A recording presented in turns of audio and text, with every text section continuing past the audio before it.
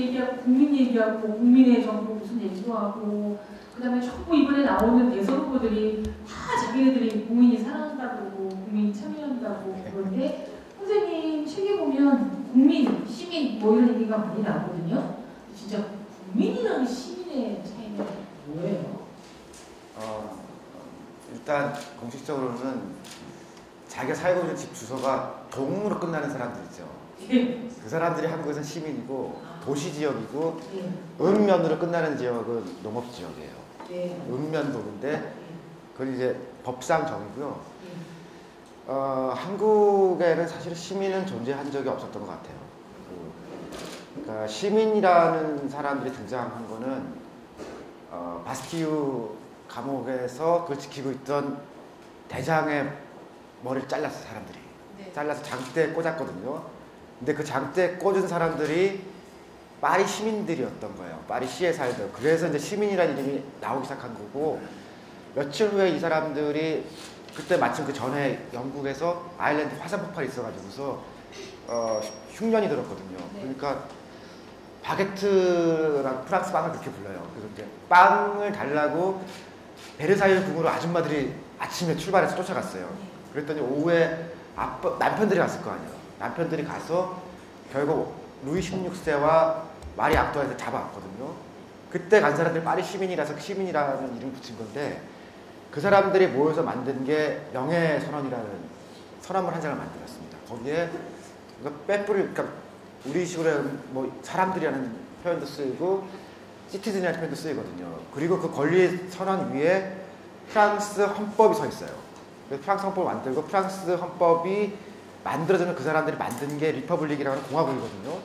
그래서 근대 국가가 출발한 거고 그거는 그러니까 그때 말하는 시민은 왕이 아니라는 의미거든요. 왕이 아니고 그 왕이 아니라는 의미는 신이 아니라는 뜻입니다. 그러니까 왕권 신수설 그런 거 들어보셨죠? 그러니까 너 왕한테 그럴 거 아니야. 너 왜 왕이야? 그러면은 나 신이야 라고 얘기했는데 시민은 그 신을 대체한 개념이거든요. 그런데 한국은 우리는 건국할 때 우리가 주체가 아니었잖아요. 우리가 주체가 아니니까 그냥 헌법을 만든 거거든요. 헌법을 만들고 헌법에서 대한민국은 민주공화국이다라고 해서 그 위에 이제 한국이 서 있는 건데 헌법은 어디 서 있는가라는 질문을 그러니까 헌법은 어디 있는 거냐 그러면 우리는 최초의 우연히 투표를 했던 그 사람들인가 라고 근데 이론적으로는 시민 위에 헌법이 서 있고 그 위에 공화국이 서 있는 거니까 국민은 공화국 내 국민이잖아요. 헌법이 규정하는 거고 시민은 자연권인 거죠. 하늘이 준 권리 같은 걸 갖고 있는 개인 그럼 그 시민이거든요. 그러니까 법률을 위반하면 국민은 법률을 위반하면 문제가 되죠. 근데 시민은 법률을 위반해도 사실은 문제가 되지 않아요. 그러니까 시민이 헌법을 만든 거고 그 헌법을 없애거나 움직일 수 있는 권한이 시민이 서 있는 거니까 만약 우리 촛불 집회 때 우리 법을 어겼잖아요. 국민은 잡혀가지만 시민은 잡혀가지 않아요. 그 사람들이 새로운 공화국을 만들자라고 얘기하면은 새로운 시대가 열리는 거거든요. 그래서 매우 강력한 권한을 갖고 있는 시민이 우리들이고 우리들이 만드는 다음 정부는 그래서 시민의 정부가 되어야 된다라고 그러면 좋겠다는 거죠. 그러니까 이철재 선생님이 국민은 의무 중심, 시민은 권리 중심으로 좀 나누셨다는 얘기예요. 예, 그러니까 같은 얘기인데 국민은 법을 지켜야 되는 거거든요. 근데 시민은 내가 할 수 있는 권리 중에 하나가 공화국을 세우고 헌법을 세우는 권리 아니에요. 그런 권한을 가진 존재거든요. 그러니까 정치인들 국민 여러분 그럴 때는 너 내가 시키는 말 잘 들어라는 얘기고 시민 여러분 그러면은 무섭다는 얘기예요. 시민은 언제든지 길거리 나오거나 왕도 끌어내릴 수 있는 권한을 가진 거 아니에요. 그러니까 대통령도 국민은 대통령의 말을 들어야 되는데 시민은 대통령의 말을 들을 이유가 없죠. 오히려 시민이 명령하면은 대통령 그 말을 따라야 되는 것이 국제적인 그 시민이라는 용어의 의미예요. 근데 시민이 이렇게 대통령도 막 무너뜨릴 수 있고 하늘이 주신 권리인데 우리가 왜 시민이라는 단어를 이렇게 생소하게 여기고 익숙하지 않았을까요? 우리나라를 우리가 만든 게 아니라서 그런 거죠. 그러니까 우리는 건국이라는 거를 우리의 힘으로 만든 게 아니고 사실은 일본이 멸망하고 나서 패망하고 미국 군정이 만든 거 아니에요. 그러니까 헌법도 우리는 외사 밖으로 들어온 거지 우리가 헌법을 만든 건 사실 아니거든요. 그래서 뭐 저는 그게 문제라고 생각하진 않는데 여성 권리, 여성의 참정권 얘기를 할 때 그 얘기 제가 종종 하거든요. 60년대, 70년대 여성이 참여하는 것이 무지무지하게 중요한 이유고 그랬거든요. 영국이 조금 먼저 여성들한테 투표할 수 있는 권리를 20세기 들어오면서 바로 줬고, 프랑스가 전쟁 끝나면 45년도에 여성한테 투표권을 준 겁니다. 그리고 제가 가끔 스위스 얘기하면 스위스가 진짜 그 우파들의 나라라고 부르는 게, 그러니까 스위스 발전한 나라라고 보잖아요. 스위스 여성한테 참정권을 준 게 70년입니다. 그 전까지 스위스 여성들은 투표권이 없었거든요. 근데 우리는 45년대 재헌헌법을 만들면서 그때부터 여성도 투표를 했잖아요. 그렇다고 해서 지금까지 여성들의 권한이 세냐? 그러면 그렇진 않거든요. 그러니까 투표할 수 있는 권리를 만드는 과정에서 여성들이 주체가 되고 시민이 됐는데, 그 과정이 우리는 외삭된 거니까 생략돼 있었던 거죠. 그러니까 80년대, 87년에 거리에 나온 사람들을 우리가 시민이라고는 부르지 않았죠. 그 사람들은 뭐 민중이라고 부르기도 하고 대학생과 넥타이 부대라고 불렀는데, 그때는 우리는 시민이 저기 나온 거다라는 인식을 못했어요. 그렇죠? 예. 시민이라는 용어를 87년도에도 기자였지만 안 썼던 것 같아요. 그리고 98년도에 새로운 정부를 만들 때 네. 민주정부라고 했지, 그때도 시민이 그 정부를 만든 거다라고 우리는 생각하지 않았거든요. 그리고 90년대 중후반부터 시민단체는 생겼는데, 좋은 얘기는 아닙니다만 시민 없는 시민운동이라는 얘기를 했거든요. 그러니까 네. 시민이 아니고 시민단체 회원이 있었던 거죠. 네. 시민단체 회원은 있고 시민운동가, 활동가는 있는데, 과연 시민이 있는가라고 할 때 냉정하게 우리는 아직 시민이라는 생각이 없었는데, 촛불 집회 때 보니까 그때 사람들이 단상에 올라가서 얘기를 하는데, 당신은 누구세요? 라고 할 때 누구나 다 시민이라고 했잖아요. 그러니까 100만 명이 모이는데 누구냐고 하면 그 사람들 국민이라고 하지 않고, 내지는 어디 지방에서 온 사람도 시민이라고 얘기했거든요. 그래서 저는 그 사건이 시민이 집단적으로 한 거 등장한 사건이고, 그 흐름 위에 지금 다음 정부는 뭐라고 불러야 되나? 박근혜 뒤에 후보죠. 네. 맨날 욕만 하다가 갑자기 박근혜 후보가 되면 안 된다고 생각하는 그 흐름은 사실은 2008년도에 사람들이 촛불을 얘기하면서 나는 시민이다라고 하는 그 흐름 위에 있는 거 아니에요. 그러니까 지금이야말로 이제 시민이 등장한 때라는 게 제 생각입니다. 네. 그래서 지금 이 책을 당신을 시민의 파티에 초대합니다라는 초대장을 여러분들한테 좀 발송해 드린 거예요. 근데 겁나게 안 팔리더라고요.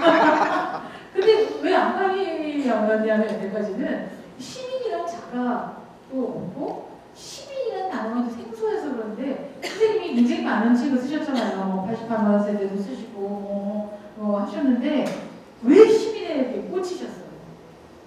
왜 초대장을 발송하고 싶으셨어요? 기본적으로 우리가 그 군발이들하고 싸우면서 이제 새로운 정부를 만들었을 때, 맨 처음 정부는 YS 때 문민정부라고 이름 붙였죠. 네. 그거는 나는 군인이 아니라는 뜻이잖아요.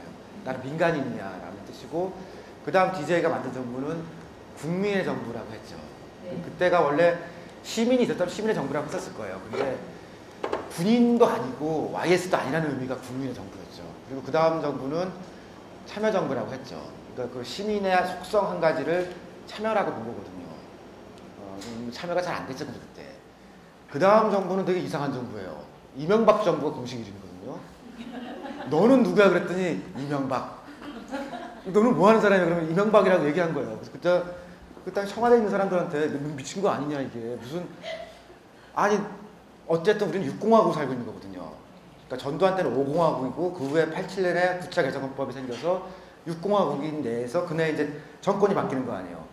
근데 그 내에서 있었던 우리의 가치라는 거는 어쨌든 그 정권이 표방하는 가치하고 주체에 관한 얘기를 하면서 정부 이름을 붙였는데, 이명박 정부는 그 이명박이 가치라는 얘기거든요. 박근혜 정부는 어려울 거예요. 왜냐하면 그건 너무 이상한 시기가 한번 지난 거니까. 그렇다면 다음 정부의 이름을 뭐라고 붙일까라는 질문에서 출발한 건데, 만약에 우리가 이번에 정권을 바꾸면은 그거는 촛불 집회에서부터 나온 힘이 움직여온 것이 맞고, 그래서 촛불 소녀의 정부는 아닐 거 아니에요. 그러니까 그렇다면 그것은 시민의 정부일 게 맞고, 그걸 통해서 한국에서도 시민사회라고 하는, 그러니까 진정한 시민사회가 이미 형성된 게 아니고 이제부터 형성되는 순간이 될 거다라는 그런 희망인데요. 모르겠어요. 어떤 분으로 단일화될지 모르지만 인수위원회나 그런 데서 사실은 시민의 정부가 맞는 거 아니냐라는 그런 사회적 논의가 있었으면 좋겠습니다. 그 시민의 정부가 다음 차기 정부는 시민의 정부가 되었으면 하는 바람에서 바람도 있고요. 네. 민주당 정부라고 하진 않을 거 아니에요. 또 네. 안철수가 돼도 철수 정부라고 하진 않을 거 아니에요. 그러니까 무슨 가치가 필요한데 사실 안철수, 문재인 포함해서 이 사람들이 공유할 수 있는 거는 시민의 개념일 거라고 그 사람들도. 예. 미래 가치이기도 하면서 지금 우리를 설명하기 위한 가장 좋은 것. 근데 사실은 아까 오선 선생님도 말씀하셨지만 우리에게 제대로 시민이라는 느낌이 온 게 촛불 집회였다고 얘기를 합니다. 사실 저도 굉장히 놀랐던 것이 대부분 시위나 이런 민주화 운동 뭐 이런 것들에 명분 있는 거에 참석했던 분들이 넥타이 부대, 그다음에 뭐 민주화 참여한 남자들하고 쌩 이런 거 위주였다면 촛불 집회에 처음 나와서 우리가 깜짝 놀라게 했던 사람들은 뜻밖의 여고생, 중학생들이었어요. 그래서 자기네들이 광우병에 걸린 소로 만든 우유라든가 그 뼈가 들어간 분유나 화장품, 생리대까지 다 들어간다면 생존권을 보장해 두렵다, 아이 낳기조차 두렵다, 우리 가족이 다 먹을 수 있냐 순박한 생명을 건 시민운동에 치달을 생각을 하고 그 이후에 FTA 운동을 나올 때 또 신선한 충격이 여성들이 나왔는데 여성민우회, 여성가치연합, 여성단체들이 아니라 와싸다라고 해서 공공공개를 하는 그런 그 다음에 소울드레서라고 해서 성형외과가 어디가 좋을까요? 물어보던데 그 다음에 빨리빨리 쿡북에서 오늘은 밑반찬은 뭐 해먹을까요? 쌍화차와 코코아 이런 들의 20대, 30대의 개념 있는 여성들이 주류가 돼서 지금까지도 FTA 반대 운동에는 그분들이 깃발 들고 나오더라고요. 예, 네, 그런 시민 의식을 기치를 걸지 않아도 자연스럽게 그런 걸 통해서 우리가 시민이구나라고 좀 느끼게 된 것 같아요. 네, 한 가지 고민은 어떤 거냐면, 그러니까 시민이라는 거는 사람을 지칭하는 굉장히 보편적 개념이거든요. 네. 케네디 연설문을 제가 이번에 쭉 봤더니요. 네. 케네디 연설문, 뭐 by the people, of the people, for the people 그런 되게 유명한 연설문 있잖아요. 네. 그거 할 때는 여러분이라는 표현은 my fellow Americans라고 썼어요. 미국 시민이라고 썼는데 1962년인가요? 61년인가? 쿠바 사태가 있을 때 내일이면 쿠바에서 미국으로 핵미사일이 날라올지도 모르는 그 순간이었거든요. 그래서 다 방공호에 피할지도 모른다라는 그 얘기를 해야 되는데 캐나다가 TV 앞에 나와서 내일부터 러시아 소련에서 오는 배는 쿠바로 오는 배는 자기들이 중간에 막을 거다라고 하는 그 TV 연설을 하거든요. 그야말로 3차 세계대전이 벌어질지 말지 하는 그 무지무지 긴장된 순간에 전 세계인들은 그 TV를 다 켰죠. 그때 케네디가 한 연설을 보니까 My fellow citizens라고 그러더라고요. 그러니까 우리로 말로 번역하면 그냥 미국 국민 여러분이라는 얘기를 한 건데 굉장히 중요한 이 얘기를 꼭 들어야 된다라는 표현을 썼을 거 아니에요. 그때 citizen이라고 그러거든요. 근데 만약 지금 우리는 그 61년인가 그랬거든요. 문재인 후보든 안철수 후보든 TV 앞에 나와서 시민 여러분 그러면 다음날 시민 난리 날 거예요. 이게 빨갱이 같은 소리 했다. 근데 62년 전쟁 직전인 케네디가 시티즌이라고 그랬거든요. 도와달라고 그러고 이해해달라는 얘기를 할 때 쓰는 거니까 아직 우리는 60년대에 혹은 40년대에 유럽이나 미국 수준의 시민의식까지 가지 못한 것 같아요. 우리는 우리 길을 가는 건데 지금부터 이제 시민의 역사가 출발되는 거다라고 저는 그렇게 생각합니다.